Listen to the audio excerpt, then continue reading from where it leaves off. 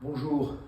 Suite aux problèmes survenus dans les crèches et haltes garderies, un rapport de l'IGAS et au livre Les Ogres de Victor Castanet, la Commission des affaires sociales du Sénat a décidé de mener une mission flash sur les contrôles dans les crèches et haltes garderies.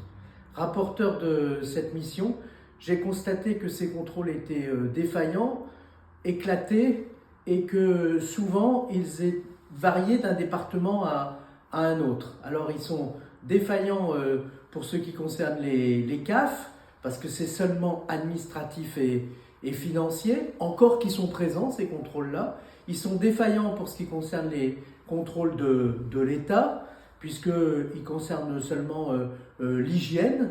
Et puis, ils sont surtout défaillants pour ce qui concerne les contrôles des PMI, puisque ces contrôles sont souvent essentiellement techniques et ne sont pas sur la qualité du service. Ils vérifient par exemple la hauteur d'une poignée de porte ou les barreaux du berceau, enfin des choses qui sont importantes, mais qui sont moins importantes que la qualité du service et le suivi.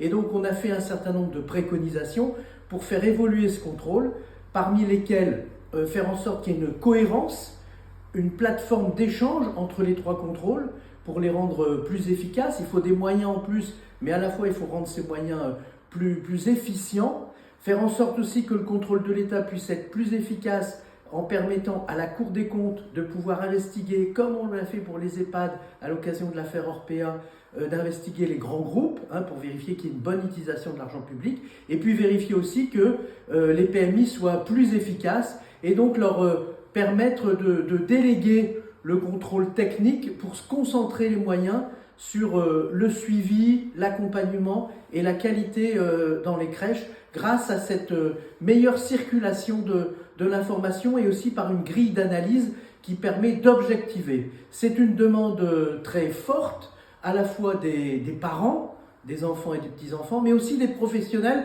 qui sont quelquefois dans le doute et qui perdent confiance en eux-mêmes. On a vu beaucoup de gens extrêmement bienveillants dans les crèches, mais il faut faire en sorte que ceux qui sont les vilains petits canards, les moutons noirs, puissent pas aller d'un département à un autre, d'où cette plateforme, parce qu'il en va de la santé et puis de la qualité du service dans les crèches et haltes garderies. Alors c'est la raison pour laquelle le Sénat fera une proposition de loi transpartisane, parce que la qualité du service dans les crèches et dans les haltes garderies ne peut plus attendre. C'est le sens de la mission que nous avons menée au sein de la Commission des affaires sociales du Sénat.